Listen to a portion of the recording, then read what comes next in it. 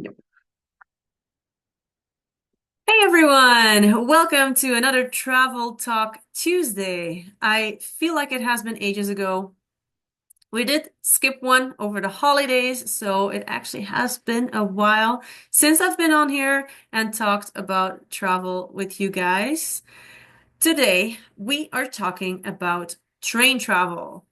I'm a big fan of train travel. You'll definitely hear that.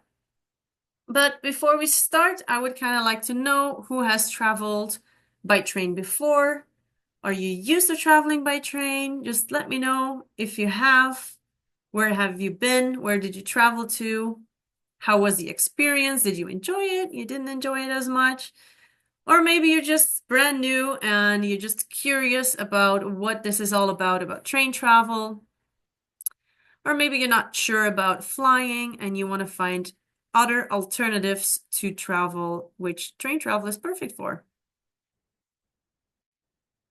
So today we do not have a speaker. I usually try and bring on a speaker, which is either a traveler or a certain travel partner that can help and shine some light on certain things, can give you an explanation, or can share their experience with us. We do not have anyone on today, so will just be me. You'll have to do it with me today. Oh, okay. There are so many different options, so many trains around the world. Before I started creating this event, I clearly had no idea what I was getting myself into because the options are endless and all around the world. For now, I dialed it down to four destinations that we are going to talk about today. And we're going to talk about train travel in the US and Canada, and then also in Europe, two countries, in Italy and in Switzerland. So we're going to start with that. I will, in the future, have another train event where we will talk about other destinations because there are just so many. And then I will also kind of lay it by ear what you guys would like to know more about. Maybe there's a certain destination that you want to go to where you want to know more about train travel. Let me know. Let me know in the comments. Let me know in an email so that I can provide you that information for our next event. When we're talking about train travel, of course, Europe is a big one. We've got France, Germany, Ireland, UK, Italy, Norway, Portugal, Spain. There was so much.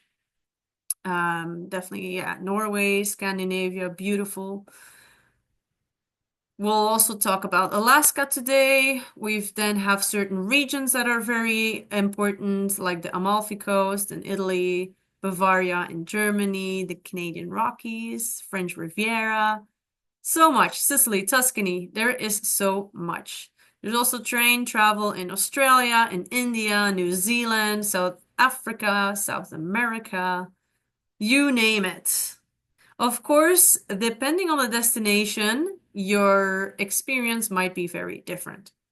Today we are staying in the Western world with our North American trips and some European destinations. So definitely let me know if there are other destinations you want me to talk about. Let me know, drop it in the comment section. I would love to provide you that.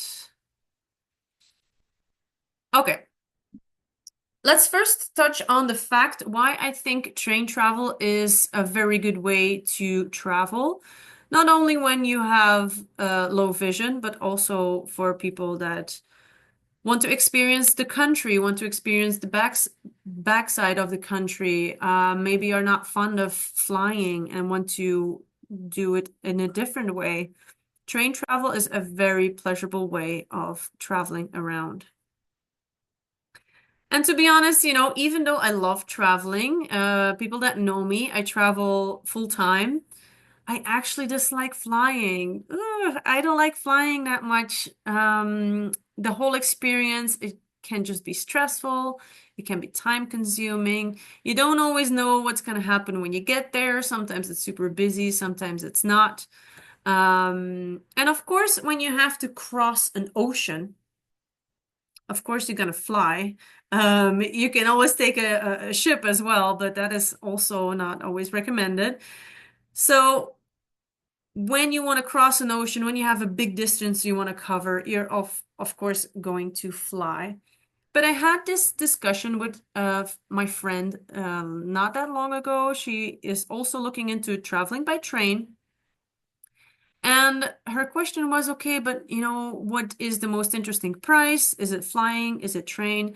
And I said, okay, stop. First of all, the experience is something completely different. When you fly, you want to get as fast as possible to your destination. And then when you arrive at your destination, you're going to do your travels there. But when you travel by train, your journey actually starts on the moment you get on that train. The train is your journey. You're not really necessarily trying to get to a destination. You being on the train is your journey, is your trip. Of course, when you are in Europe and you're just trying to get from A to B and you're on a regional train, it is not going to be that fancy. Then you're just trying to get to your destination, right? And also, when you think about it, when you take a plane, of course, depending on the distance, but when you take a plane, you have to be there 2 hours, 3 hours in advance. Often the airport is not in the city center, you have to travel 30 minutes, 45 minutes, an hour to get to the airport. You want to be there 2, 3 hours in advance. It's very time consuming. And also when you arrive at your destination, you are also far out of the center, out of the city center. So you need to then also take a taxi, take public transport, make your way into the city center. But when you travel by train, you usually start in the middle of the center, the main station. You get on your train, you do have to be there about a half an hour in advance, half an hour to be comfortable. You want to be there in advance. And then you go on the train and you arrive in another city, also in the city center. So really depending on where you're going and how you're planning your trip, train might actually be a better idea than flying. It might actually not be faster only, but also be more comfortable, you know? And and then we also are considering our luggage, for instance, while flying, oftentimes it happens that luggage does not arrive at the wrong spot, while when you're traveling by train, you have your luggage just with you and it's there. Of course, also there are restrictions for luggage on both. I feel on trains it is often a little bit more flexible than it is while flying, but keep in mind that also definitely when you do like these bigger train trips, that you also have to consider your luggage so that there is restrictions on that as well. Let's see where we are. When I started doing my research as well, I've traveled by train a lot. Like I said, I'm European, so for us it is a way to get to work and whatever. When I was a student, I would take the train every day to go to school. So that was 45 minutes one way going on the train, and I absolutely loved it. The nice thing about traveling with the train as well is that you have a lot of freedom. You can walk around whenever you want. You can use the bathroom whenever you want, have a snack, play a game, It doesn't matter. You have full freedom on the train. And definitely when you go on these specific travel trains, they have dining rooms in there. You can eat, you can drink. Always very fun. Some have outdoor viewing platforms, some have glass domes for sightseeing. There's double-decker trains. There is so much out there. There is so much out there. It is crazy, and I love it. So I'm a huge fan. I don't know about you, people that are here. Are you already sold on train travel, or are you just curious and you're not sure if it is anything for you? Just let me know in the comments, are you curious or have you traveled before and you want to know more? You want to know what I have to say about this? Okay, so we have our 4 destinations that we're going to touch on today. If there's any questions, anything extra, you can just interrupt me.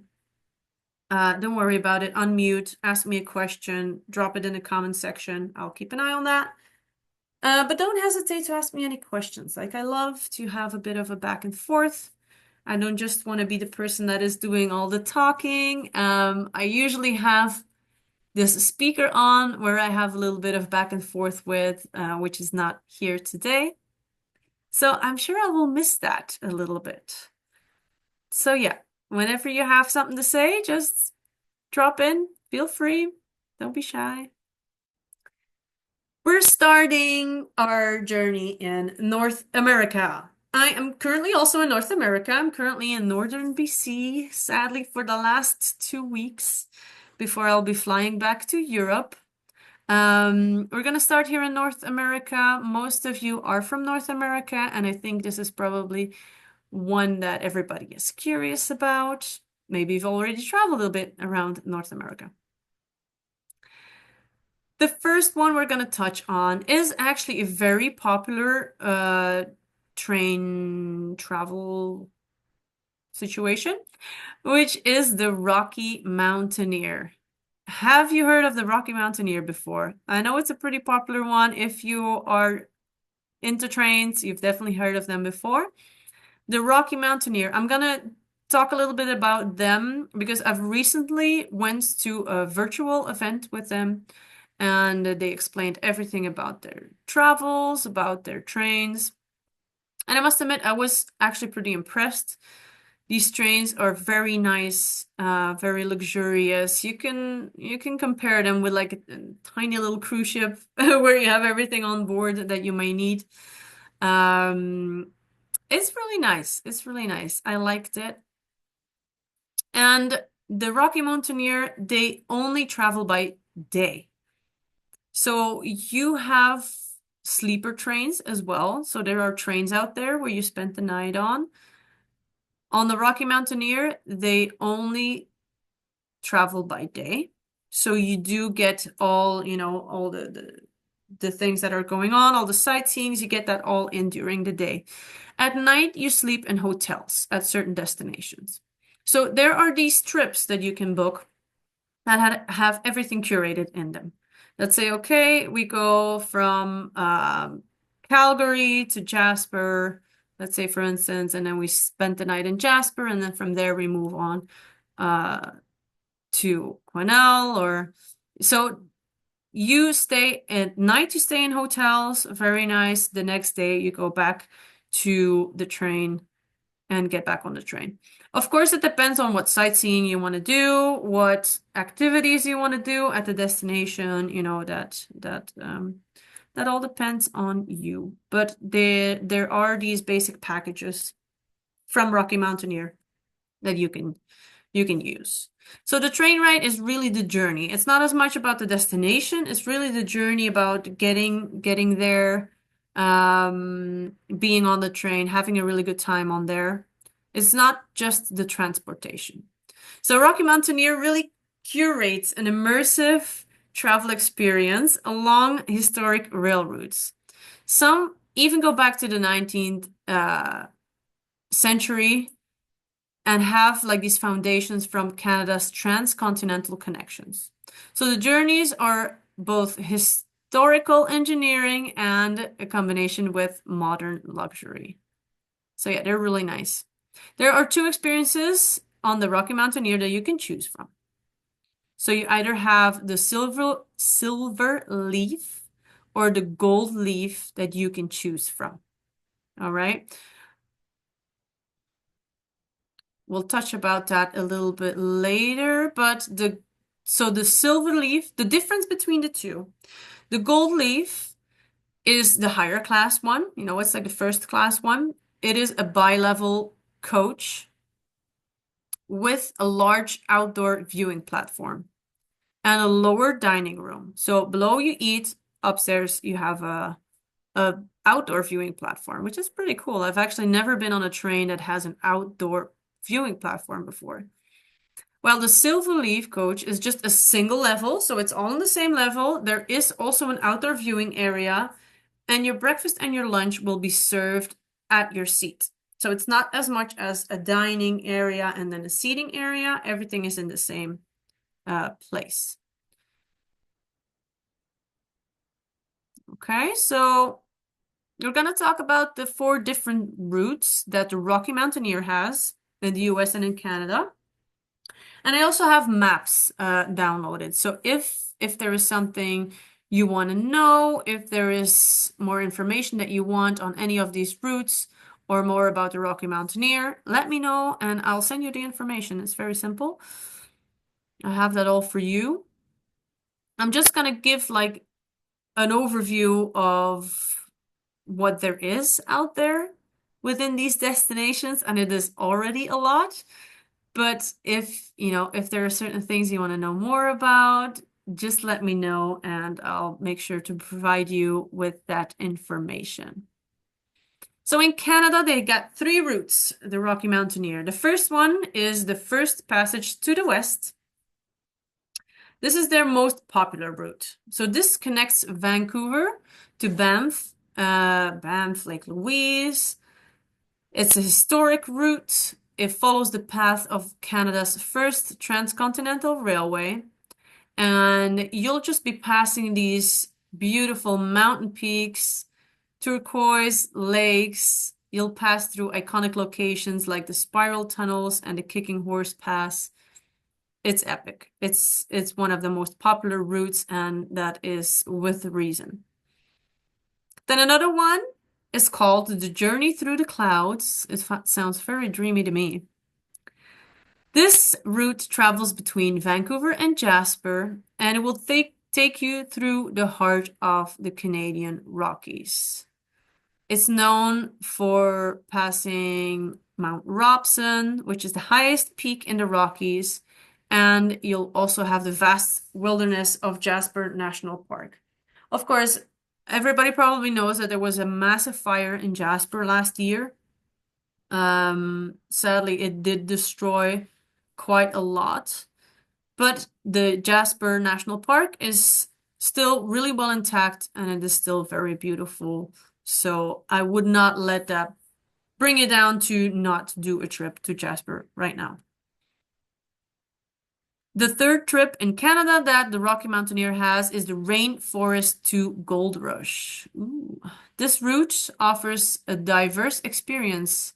It also starts in Vancouver and it travels through Whistler and Quesnel. I'm actually pretty close to Quesnel. I'm only an hour and a half from Quesnel right now before you reach Jasper. So I know that is a really nice route. I've driven that with the car before. And there you'll pass the coastal round forests, the rugged Fraser Canyon, and you'll learn more about the history of the Caribou Gold Rush. So also on these trains, they will be explaining you what you're passing. They will give you some history. Like there's a story involved when you're on the train. So that is really nice. Now the one in the United States. So there's only one with the Rocky Mountaineer in the United States, and that is Rockies to the Red Rocks. So I'm pretty sure you'll be passing a lot of rocks on this one. This takes you on a journey through the stunning landscapes of the American Southwest, connecting Denver and Moab. You'll pass the dramatic Red Rock Canyons, towering mesas, and the Colorado River. So these are the routes of the Rocky Mountaineer. There is more of that, but not just with the Rocky Mountaineer. All right. So if you have different routes where you're like, oh, she's not talking about this one in North America, don't worry. Let me know, and I'll pull up that information for you. This is just a quick run through on what is out there. So like I said, if there is anything right now that you want to talk about, you just interrupt. Put it in the comments, put up your virtual hand, whatever you want. Okay, I'm trying to keep an eye on Zoom while I'll talk through all of this. So each of those 4 routes, they offer different perspectives, different highlights. It really depends on what journey you want to have. So you really need to choose one that suits the best interest of your travel style. You can also choose, right? You can either take those trips eastbound. So generally, it means eastbound is from Vancouver towards the interior. So from Vancouver towards the Rockies, which is Banff, Lake Louise, Jasper, or from Moab to Denver. Or you can also opt to take them westbound, which means traveling from the Rockies back towards Vancouver or from Denver towards Moab. And, there is not really necessarily a better direction to take. Both of them offer really beautiful trips and experiences. It is actually just on the same line, just in different direction. So they travel during the daylight, I already said that, and that makes that you also don't miss a thing on your way. With the Rocky Mountaineer, you can also opt for circle routes. Okay, circle routes, it is not as much as like when you would walk or drive. It's not, you cannot really make a circle. You need to use the railroad, right? Um, so it's not really as much in the traditional sense of talking about it, but you can combine different routes. So the routes that we talked about, you can combine them. So this allows you to experience multiple destinations and be able to return to your starting point. So it could happen that you need to use some ground transportation to travel between two certain destinations. So as an example, you could travel, for instance, from Vancouver to Banff by train. Then from Banff to Jasper, you need to drive, so take a motor coach. Don't worry, this would be all taken care of, right? It's not like you need to come up with that yourself, which is actually also a very cool route between Banff and Jasper. And then on Jasper, you hop back on the train and you go back to Vancouver. So like that, you've done a sort of loop. So yeah, when you plan your trip, you want to consider what is most important for you and how much time you have. The Rocky Mountaineer helps you to create it, to create that itinerary. You can also ask your travel advisor. You can come to me as well. I'm also a travel advisor, so don't worry if this sounds all a bit too complicated. Don't worry, there are plenty of people to help you out. So keep also in mind, these are not year-round trips. Definitely in Canada. It is the middle of the winter now. I'm here. It is currently a feel outside of minus 33 Celsius. I don't know how much that is in Fahrenheit, but I can tell you it's really cold. So a little bit of a breakdown in which season you can expect to travel there. So the spring is really nice, April to May. This is a great time for encountering wildlife. They are coming out of hibernation, the bears. I'm super excited to meet some bears as well. They're well asleep right now. You'll also have fewer crowds. The prices are gonna be lower. But you might encounter some frost here and there. Definitely in April, if you're up in the mountains, certain lakes might still be frozen. Then we have the summer, which is June, July, and August. This is the peak season. It's not only the warmest weather, it's also the longest daylight time, and everything is going to be open. All attractions, all activities are going to be open, but you can expect larger crowds, higher prices. And then we have the fall, the beautiful fall. Of course, the foliage is really stunning in the fall, September and October. Very, very beautiful. The weather is nice. It's not super hot. The crowds are thinning out. And this is usually a popular time also for photographers to come to the Rockies and check it all out. All right. So, of course, the lower you are, so the Rockies to the Red Rocks one, the one around Moab, it has a longer season than if you're all the way up in Canada. That makes sense. So there's the specific departure dates all year round. If you're interested, let me know and I'll pull up that information for you. Okay, so that is the Rocky Mountaineer. We're gonna stay in, let me just take a little sip here. We're gonna stay a little bit in North America.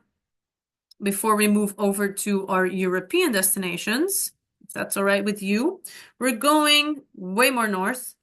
We're going to Alaska, the Alaska Railroad. So, if you want to enjoy the Alaska's backcountry in the comfort of a rail car, it's completely rested out with comfortable seats, large windows, onboard dining. It's very similar to the Rocky Mountaineer. It's just with a different company. So there are different departure points with the Alaska Railroad. We've got Anchorage, Fairbanks, Talkeetna, Seward, and Denali. So there also make sure you're there half an hour, 45 minutes in advance. It's the same with all these big train travels. Later on, when we're in Europe and you're just trying to get from Brussels to Amsterdam, you've got you can take it a little bit shorter, but if you want to travel stress-free, just like me, you're gonna take a little bit more time to go places. I'll touch a little bit closer on the Alaska Railroad, so you have an idea also on what that experience is like.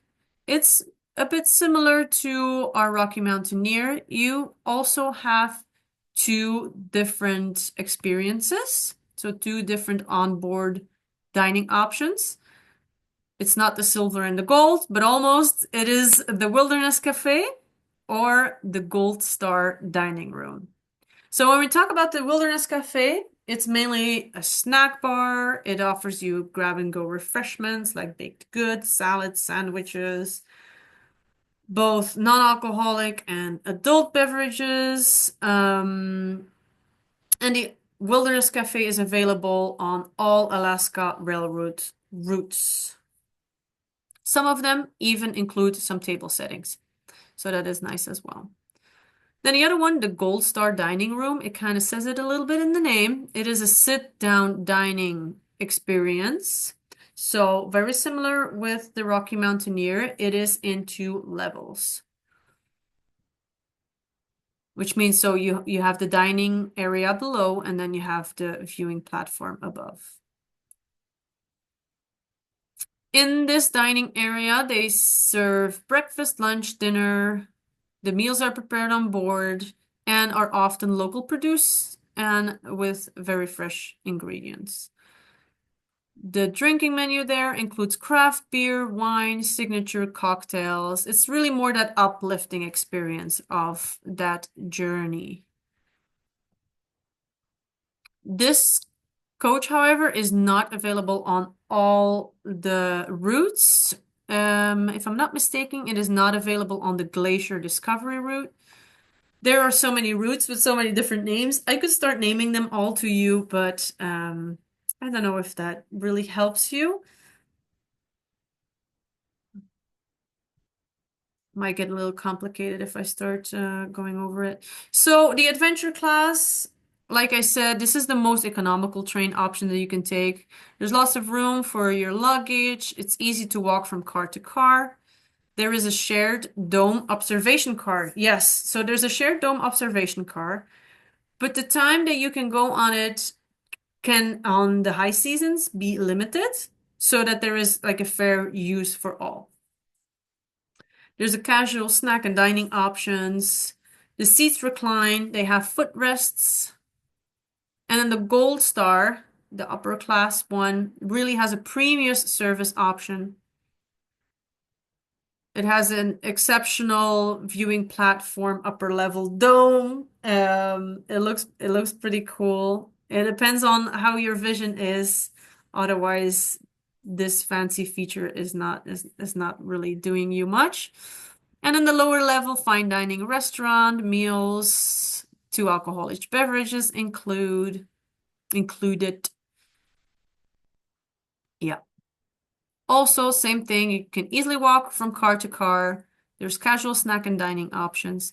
Oh, okay. Also on this one, the seating rotates. So if you're with a family or you're with a party of 4, you can easily face each other if you wish. So you can rotate the chairs and then have like your party sitting together, which is really nice as well. So this Alaskan Railroad tour, where does it all go? So you go through various national parks. You'll also pass fjords, ancient geology, and if you're lucky, maybe you have some northern lights at one point. I have not been super lucky here yet, but Alaska is a lot more north, so you should have a lot more success there. So it really goes through these really, really beautiful places, the national parks that you go through. Oh, something that is also really interesting is you can combine this also with a cruise. So there are cruises going to Alaska. You can easily combine a train trip with the cruise that you have booked. You can also do just day cruises. So you can say, okay, my train trip is going to be the main activity, not the cruise, but the train trip. And then you can have these day cruises as well. So you can have a day cruise going from Seward to the Kenai Fjords National Park. The Denali Star also follows the Susitna River and goes through the Chukach Mountains just north of Anchorage. Then between Talkeetna and Denali, the train crosses the Hurricane Gulch with also really good, amazing views on Mountain of Denali. And then the train goes along the Nenana River. I apologize if I am pronouncing names wrong. Please don't come out after me. But this indigenous naming is not always easy to pronounce. And when it's a clear day, you'll be able to spot Mount Denali, which is the tallest mountain of North America, if you didn't know that. There is also a point on this trail that you go into the Matanushka Valley, and you'll have the Broad Pass there, which is the highest point on the Alaska Railway. It's 2,363 feet, so that's a pretty impressive thing. So far, this is all North America. Like I say, there are more options, but these are the more popular ones and the more spectacular ones, let's say. Let me know if there's any questions so far before we move over, cross the ocean and go to Europe. Let me know if there's any questions. For people watching this later, if there's any questions, don't worry, right? They just put it below. Comment it below, email me. No worries at all. All right, let's move over to Europe. So, not only in Europe, it is a way more common way of traveling. So also people going to school, going to work with the train. So their transport is really good. You can get almost anywhere, definitely in Western Europe, almost anywhere where you want. It's also very accessible. It is a very different experience than what we were just talking about because in Europe, most of these trips are really created to get you from A to B. It's really created to have commute between cities. While the ones that we just talked about in North America, it is really for tourists, right? It's also to get you to a certain place, but it is mainly to give you the experience and to get you there. And you're not gonna find people commuting to work on the Rocky Mountaineer, right? So also, depending on which trains you need in Europe, it can actually be quite affordable.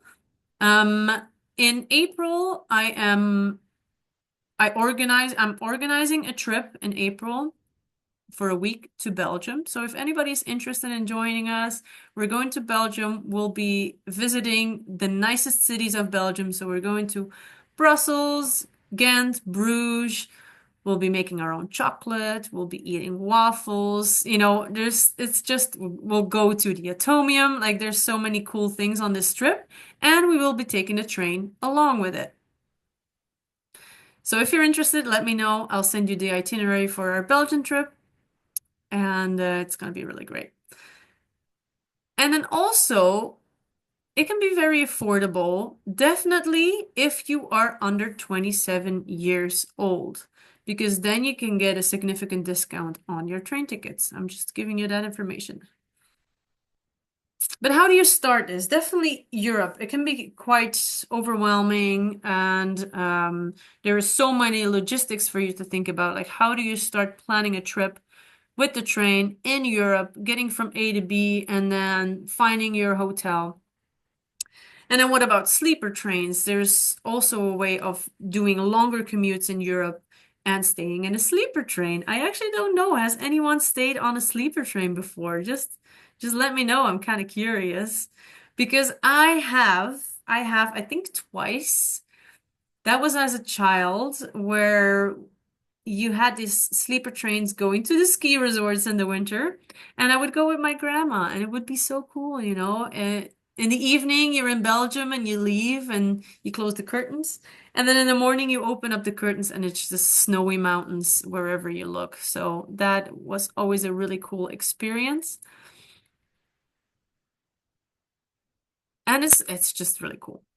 Okay, but we're here to talk about Italy and we're going to talk about Switzerland. I need to somehow pick a destination and go with that. Otherwise, we're sitting here for the rest of the afternoon talking about all the destinations that we have. So we're just going to touch on these two countries. There is a lot more. There's a lot more. Also UK and um, there's so much more. If there's a destination, you name it, it's there. So we're gonna start with Italy. Italy, first of all, beautiful country. Oh, such good food. Absolutely love Italy. I did travel with the train through Italy before, but just in a practical way, not so much in a sightseeing, happy-go-lucky way. But they do offer a fantastic network of train travel. It is really easy to explore the country and just go through all these iconic cities in Italy with the train. I'm telling you, it's really, really easy and it's very, very good to use. So definitely if you have short trips, usually within the country, you're not gonna get on a sleeper train. The sleeper trains are mainly to cover a lot more ground overnight and to bring you from one country to another or even cross a full country to get to the next one. But we're staying in Italy right now. So which types of train travel do we have in Italy? Of course, there's a lot of different ones. You've got the high-speed trains. They are really to get you fast from A to B. It's very efficient to travel between the major cities, so between Rome, Florence, Milan, Venice. Fast train just takes you a couple of hours, not even. They have very comfortable seating. There's onboard amenities as well. And this is also daytime travel. So it is really perfect to maximize your time. And then there, remember what I said about flying? Let's say you want to get from Rome to Milan. That is something that is easier doing by train for sure than flying. Um, you're gonna go from the city center of Rome to the city center of Milan and not from airport to airport. Okay, then you have the intercity trains. These are trains connected the largest cities with the smaller towns. So they are just average speed. These are not the extra fast ones. They are just average trains. These are the trains that people take to work. Then there's also the regional trains. They go more into the backcountry. They are a good option if you want to explore smaller towns, rural towns. Usually not for long distance travel. This is also usually not something that you do as a traveler. And then you have night trains, sleeper trains in Italy as well. This is really depending if you really want to go from one side of the country to another, or you're coming from a neighboring country and you want to get into Italy, then you're gonna get on one of those night trains. So it's the most popular Italian train routes, let's say from Rome to Florence, for instance. It's a very classic route, easily done by high-speed train. just a quick trip. There's a couple of stops along the way, but it's a very nice one. Then we have Milan to Venice. That is also not such a far trip. It's another high-speed one. Two iconic cities, right? What sometimes happens definitely if you're flying in Italy from North America, Milan is gonna be potentially an easier airport to fly in than Venice. And then you can just spend 2 days in Milan and then take the train to Venice and then spend some time in Venice. So that's nice. Rome and Venice. There's also a high-speed train that you can take. These ones have more scenic routes, a scenic route, more stops along the way. This one is a little bit longer because you're really going from northern, well, almost, it's not really northern Italy, but almost to Rome all the way down. Okay. That is it for Italy. They're also the same thing, you know, we can really curate a trip where you land in Rome, spend a couple of days in Rome, take the train, go to Florence, spend a couple of days there, take a side train, go to Pisa, you know, and go to Milan, go to Venice. Like you can really use the train there very well to travel the country. And it's nice, you know, you can connect with some locals on the train and you know, you can have your snacks on there and it's just such a nice way of traveling. I absolutely love it. I love it. Switzerland is another one. Um, these two countries are a bit more on the pricier side. Definitely when it comes to train travel, when I think about train travel in Switzerland, this is going to be a bit more on the pricier side. The trains are absolutely stunning. The scenery is nice. In Switzerland as well, if you travel more to the Alps, you also have these glass ceiling coaches, which is really nice, you know, to be able to look up to the mountain tops. Beautiful. They also have sleeper trains there. Let's go over the different trains that we have in Switzerland. It is quite similar to Italy, so you also have the Intercity and the Eurocity trains. These ones are the fast ones, comfortable. It connects the major cities in Switzerland, but it also links to other European destinations, right?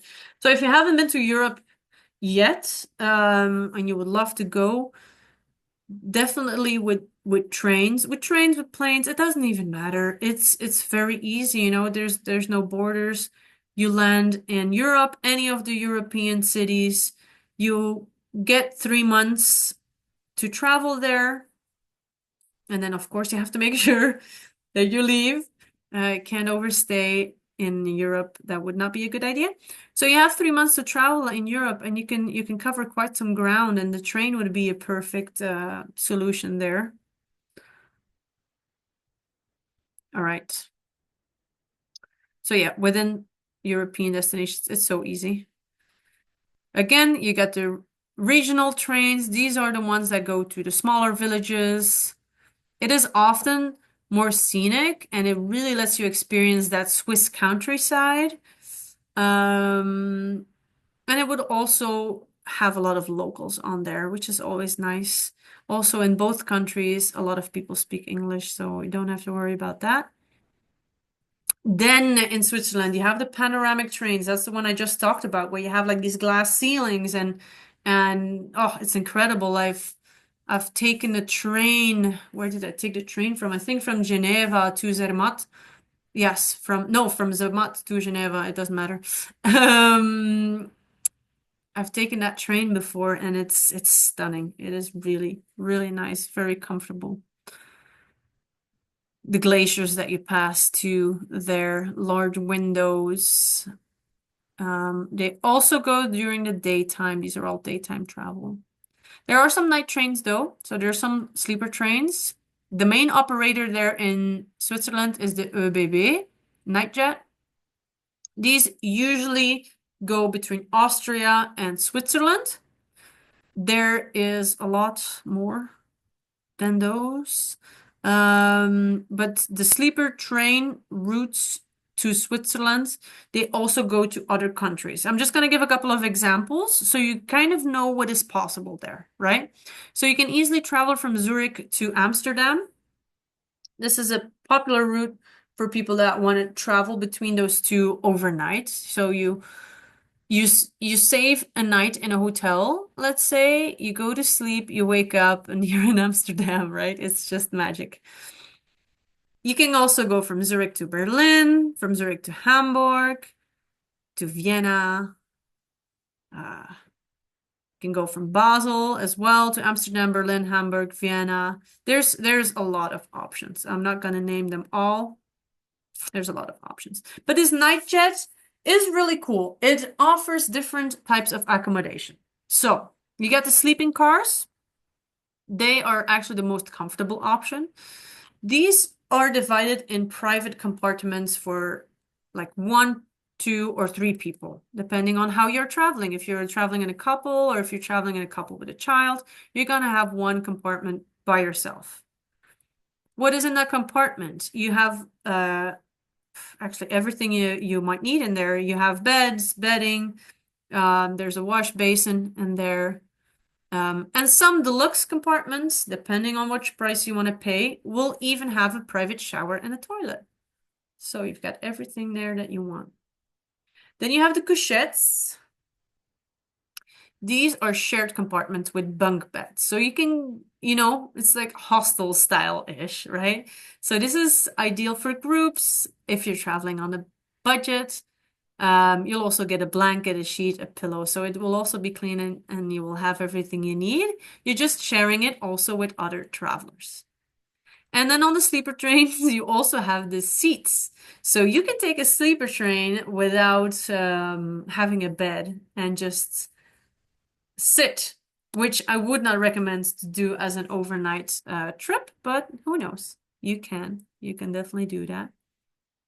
And then also in Switzerland, there are some famous trains as well. One of them is the Gornergrat Bahn. This is a really cool one. I think it's the highest. Yes, it's the highest open air railway. This ascends to a height of 10,000 feet. That is pretty worth it. So this is actually an engineering marvel that opened in 1898. It starts from the village of Zermatt and it climbs up to the summit of the Gornergrat. I've hiked around there, around Zermatt, and I've taken a cable car. I saw the train there. It looked very, very cool. I sadly did not have the time to do it. But from there on, you'll see the Matterhorn as well. You have the Matterhorn right there. I don't know if you know the Matterhorn, but it's a pretty iconic mountain. It's the very, very pointy one that they use in the movies. I don't know the name right now. So yeah, it is an easy way to take you up very high in Zermatt without you having to do any hiking, any effort there. It brings you up to these incredible hikes if you're into hiking. Also, the air there is just so clean and so fresh. I love it. And you start from the village of Zermatt. Zermatt is actually a really cool destination, you guys. I've been there now a couple of times. Very touristy. And with reason, like I said, you have the Matterhorn there. There's other mountains to climb there. So it is this typical mountain village. Pretty big village, but it's completely carless. So it's a complete pedestrian city. You do have like these electrical buses that they bring people around. So if you're like, okay, I don't want to walk too much, they have these little public buses, which are like small and electric. But all than that, everybody needs to park outside of the city. So it is very easy walkable. You don't have to worry about getting run over by cars. It's nice. Zermatt is really nice. And also that valley is very beautiful. Getting in there and getting in and out of Zermatt, it's it's a valley, right? So you drive it all the way to the end, you have Zermatt, and then you have to drive back out. There's no way of looping around there anyway. So with the train going in, let's say from Geneva, for instance, go in with the train and go back with the train. I can definitely recommend. It's nice. Okay. Okay, so that Gornergratbahn, you can actually use year round. So you can experience it in each season. So even in the winter, right now, you can go there.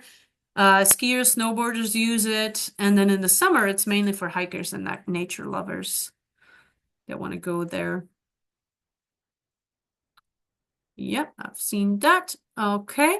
Another one that is very popular in Switzerland is called the Jungfraujoch Railway. I don't know if anybody's heard of the Jungfrau, which is a mountain in Switzerland.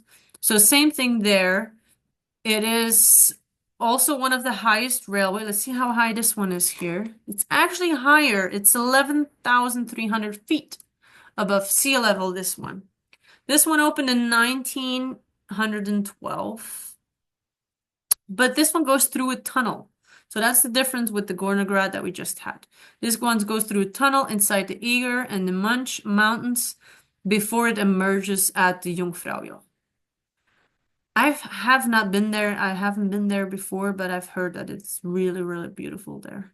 I don't know if anybody of us here has been to Switzerland. Otherwise, let me know. I can recommend. It's a hype destination, but it is 100% worth the hype. Switzerland is really nice. So there's a whole bunch of stuff to do there as well around the Jungfrau Peaks. You can journey through the mountains. There are tunnels there.